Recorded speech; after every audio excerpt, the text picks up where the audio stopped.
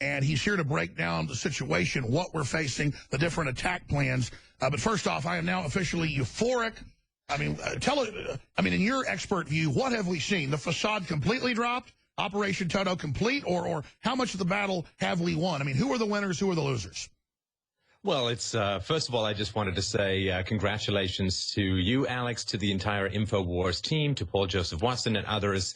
World War III canceled on account of InfoWars, and that is a pretty good thing. You know, when we talked earlier this year, I said this was the year I felt my whole life had prepared me for this kind of combat, for this kind of battle, and maybe you feel the same way, but I just really wanted to extend heartfelt admiration and congratulations for the role that you have played personally and through your organization and through your affiliates in saving Western civilization.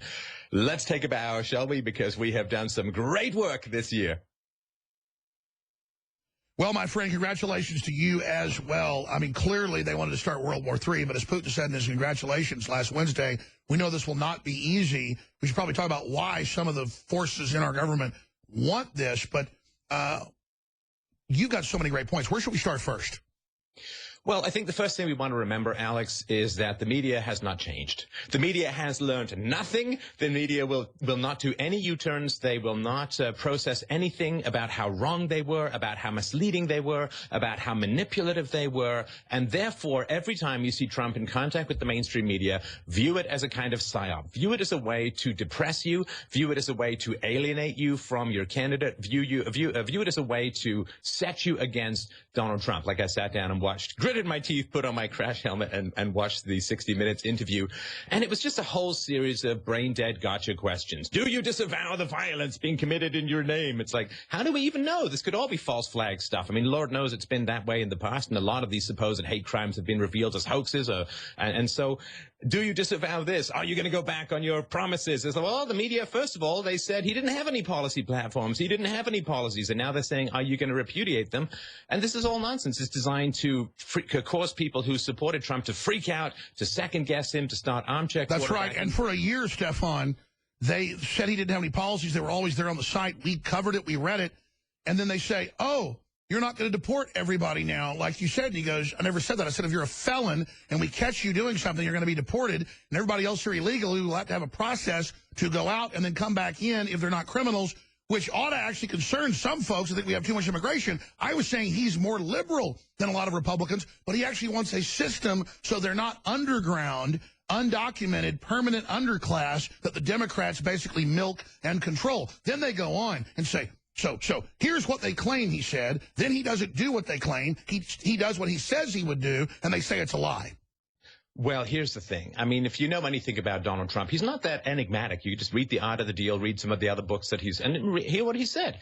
He doesn't like to box himself in by jumping to conclusions, and that's a great gotcha game. Because at this point, you know, he's not the president yet. It's still months away. So they're going to say, well, how are you going to deal with this, and how are you going to deal with that? Now, events could change, information could change, and of course, he's privy to a lot of information now that he wasn't privy to just last week. I mean, he's obviously had his security briefings. He's up to speed on things. I guess he's got the same amount of information that most of the foreign governments who seem to have gone fishing through Hillary Clinton's server now have. So it's nice to have him up to speed with some of the other governments that know all of the stuff about American security.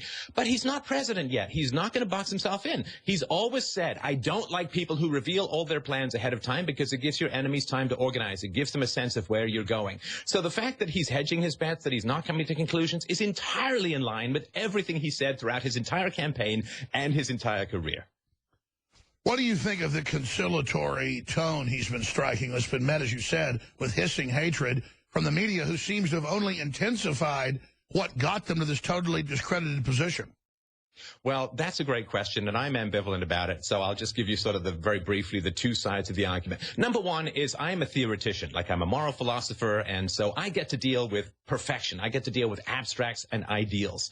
When you get into politics, it's been called for many centuries the art of the possible. You have to make compromises. Even if you've got the House, and even if you've got the Senate, they still have enough, the Dems still have enough in the Senate to do a filibuster. So you have to make compromises. You have to make compromises with the existing existing rhino structure. And so I can sit here armchair quarterback and cry purity until the day I die, but the reality is I'm not actually out there trying to achieve legislative changes in politics, which is a unpleasant and messy thing, as I think it was Bismarck in the 19th century in Germany who said there are two things the public should never, ever see being made. Number one, sausages. Number two, laws. It's a messy, difficult business. So, the compromises, I don't know the degree to which they're necessary. He's had a chance to study this for a long time. He's got access to information I'll never have a hold of, and he has to know where his compromises are. But the man's had a multi-decade career of getting incredible things done, of picking the right team, of executing, of delivering. At some point, doesn't the person have enough credibility that you're just going to trust what they're going to do until you see something wildly egregious? And I certainly haven't seen anything like that yet. Well, I was about to say there were French governors, and like Louis XIV was one point. Kit Daniels is pointing out, as an article on it right now. There were Chinese emperors. There's one form of governing where you actually take your enemies and you stick them in positions of power to basically fight with each other now, but you divide up that camp. Quite frankly, somebody else did that. His name was Adolf Hitler. I'm not saying that's a very good way to govern. I know it works sometimes, and then you can, at an executive level, control what they're doing. Obviously, Reince Priebus knows how to basically unlock all the doors. He knows the players. He knows how to get stuff done. He's such a backstabber, I don't trust him. The fact that Stephen Bannon is in charge of him as the main presidential advisor, kind of putting out what the policy will be with Trump and then telling Priebus to follow it, I mean, I think that's good. But Priebus is such a butt boy, to use a vernacular, of Paul Ryan, who is the biggest snake in Washington, other than maybe Harry Reid, doesn't look good. But look, I'm going to give Trump the benefit of the doubt. He has pledged, though, that obviously the president doesn't prosecute, but that they would get out of the way with an attorney general for justice to be done. Now, I talked to him about that on Friday. That's private. I'm going to leave that at that. But he said in the 60 Minutes piece that, look, I want to focus on making the country successful. I want to move forward. I get not opening old wounds, but at the same time, he's got to do what he's got to do. I mean, I think the biggest litmus test for this, tell me if I'm wrong, he's got to appoint really good constitutional judges, not just obviously the Supreme Court, but other federal appointees, and we're going to have those popping up in just a few months. He'll be in 66 days, and there's a bunch of resets, appointments, stuff that are just waiting that have been held up. That'll be the first big litmus, judges. Pushing tax cuts, pushing sovereignty, defense of the border, all this free welfare for illegals and stuff has got to be curtailed. And then also, it really is a good attorney general that goes after the Clintons and the whole Soros crime network, because they're never going to stop coming after Trump. Look what they're doing right now until he does that. So then going after them also puts them on the defense instead of them always trying to shut down the beachhead we have to restore the Western world.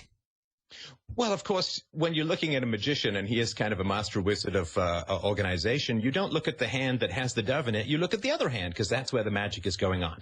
So for me, bringing Reince in, okay, so he's got Bannon to countervail that and so on, and he needs all of the allegiances and alliances and knowledge of working with the rhinos that Reince is going to bring. But what it does, which I don't think people are commenting on enough, is it opens up who's going to be head of the RNC. Now, of course, if Trump is going to have some say, as I assume he will, in who gets to be head of the RNC, well, I would bring Reince closer, and then I would appoint somebody who would be more along my particular ideological bent as head of the RNC. And that's, to me, a beautiful thing. You've got this guy in, he's going to bring all his loyalties, but you get to appoint someone else more in line with your thinking as head of the RNC.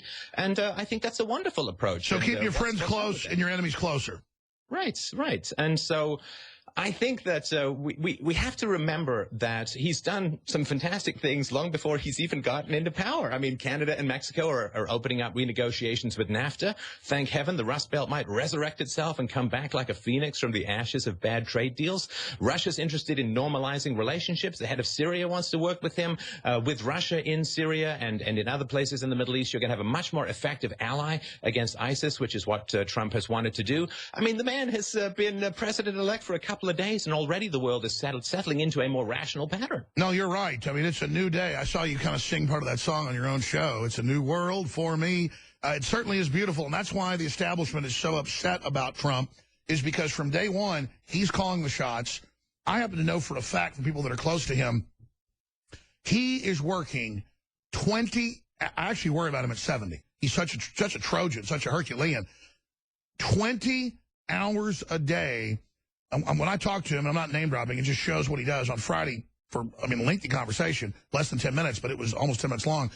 it was a real conversation. He wasn't just patting me on the back. He had real questions. I had real comments. I had real things I was saying. And I said, sir, you're so busy, you probably have to go. And he goes, yeah, I am pretty busy. He started telling me, you're the 61st call I'm making today to thank folks, but I'm also getting all these other calls from kings and queens and world leaders. And you know what? It's so crazy. All of a sudden, now that I'm in, I'm the best guy in the world. And so that is the good news. A lot of them that were saying he was the worst person in the world, they're saying he's great now. The problem is there's surrogates that we know are financed by him are still attacking. And so I said, look, you can't trust these people. Please press the attack because it's what you said you'd do. Plus, they're never going to stop.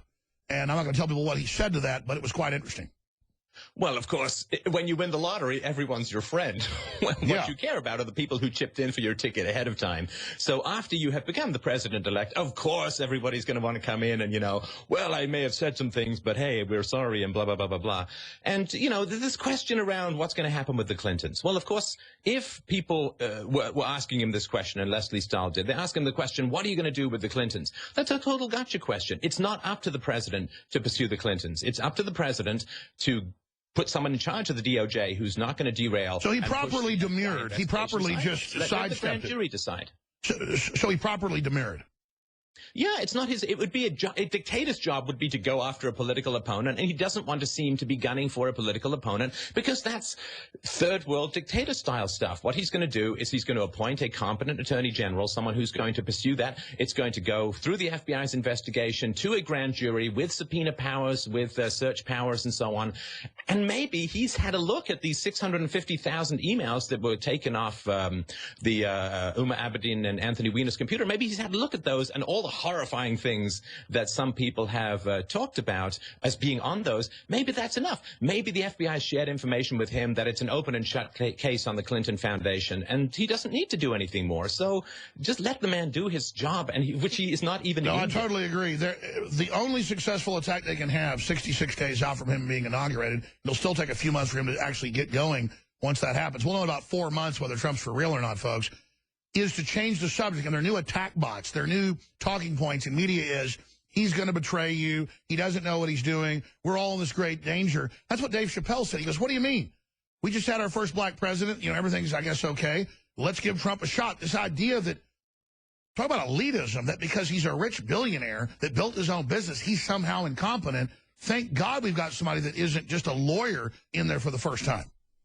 Well, isn't it beautiful that after the mainstream media plays the race card and plays the gender card and plays the gay card, America just turns around and says, boom, Trump we're card. playing the Trump card, and we take the House. We just finished each other's sentence. I love how we're synced up. Matt was listening, one of my producers, to you while he was biking downtown this weekend. They'd taken over the Capitol, the communists, literally red flags everywhere, and he described to me a point you were making. Matt, I'm putting you on the spot here. Pop in and repeat what Molyneux said so he can repeat it here. The timing was great. I was actually biking past the Capitol building here in Austin, Texas, and there were a bunch of people holding up signs, and it was at that point in time, it was an episode, maybe a Thursday or Friday show, your Free Domain Radio, and you had made the point, you said, people on the left, these social justice weaklings, are so upset because reality is not conforming with their fantasies. And I thought that was an excellent point.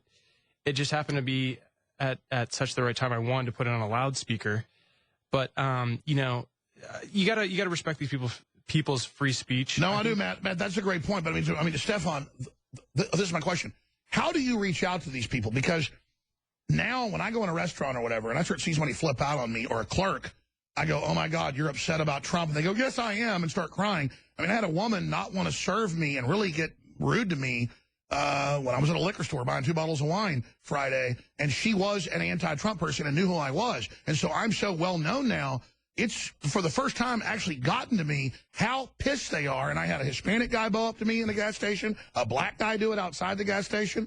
And I had to turn around and just go, okay, I mean, you're ready to go, let's go. And there's racial attacks happening everywhere. I mean, this is really scary, Stefan. Well, look, I mean, I go back to Princess Diana when she died. When Princess Diana died, a lot of people in England, and particularly the women, went through this extraordinary outpouring of grief and horror and sadness and mourning and all of that. And then they all felt a lot better afterwards, and they all got a lot happier. Mental health declined. You know, when fantasies get destroyed, of course it's painful. Fantasy is a drug. Like if you're going to go off heroin, if you've been on it for 20 years, you're going to go through withdrawals. It's not the doctor's fault, it's the heroine's fault. And it's the dealer's fault, i.e. the media. If you're But the Democrats were worse under Hillary. Blacks had double unemployment under Obama. I mean, don't they understand that Trump is not out to screw them? Well, they don't, and it is just a matter of growing up. When it comes to socialism and communism, we all start off that way. I mean, we don't pay rent to our parents when we're 5 years old. We have this big, giant structure that takes care of us, provides us food and shelter, and organizes our life for us. And at some point, you have to break out of that dependent mode, and you have to be your own person. You have to individuate. You have to become who you are, and you have to become an adult. You know, when you become an adult, you put away childish things like dependence on authority to provide you with your resources and your reason for being. So it's just a transition. Trump is going to bring about more of the free market, less government dependence, so people are going to have to Exactly. It's the end of childhood. It's the end of childhood that the left tries to put us into in this straitjacket of mental illness conformity that is pure authoritarianism. We'll be right back, cover a bunch of news, take your phone calls and more with Stefan Molyneux. I'm Alex Jones, Infowars.com.